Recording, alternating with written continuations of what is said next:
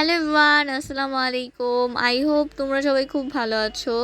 তোমাদের সবার দোয়ায় আমিও আলহামদুলিল্লাহ খুব ভালো আছি। তো আজকে আমার সাথে আসছে নানি, ছোট ভাই আর আম্মু। এই উপরটা অনেক সুন্দর ডেকোরেশন করছে, তাই আমরা ভিতরে একটু ঘোরাঘুরি করতেছিলাম। তো যাই হোক, ঘোরাঘুরি শেষে খাবার অর্ডার দিয়ে দিলাম। খাবার অর্ডার শেষে ঘুরতেছিলাম আর ছবি তুলতেছিলাম একটু।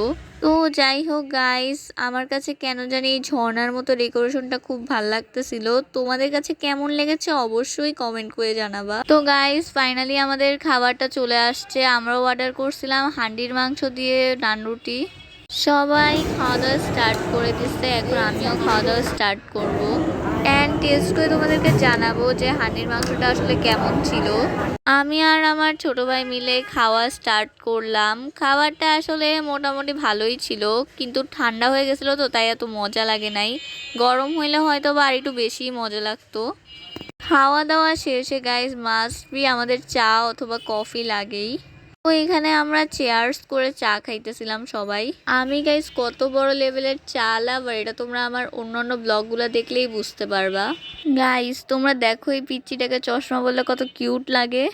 এই পিচ্চির সাথে আমার অনেকগুলা ব্লগ আছে, তোমরা যদি দেখতে চাও অবশ্যই আমাকে কমেন্ট করে বলবা, তাহলে আমি আপলোড দিব।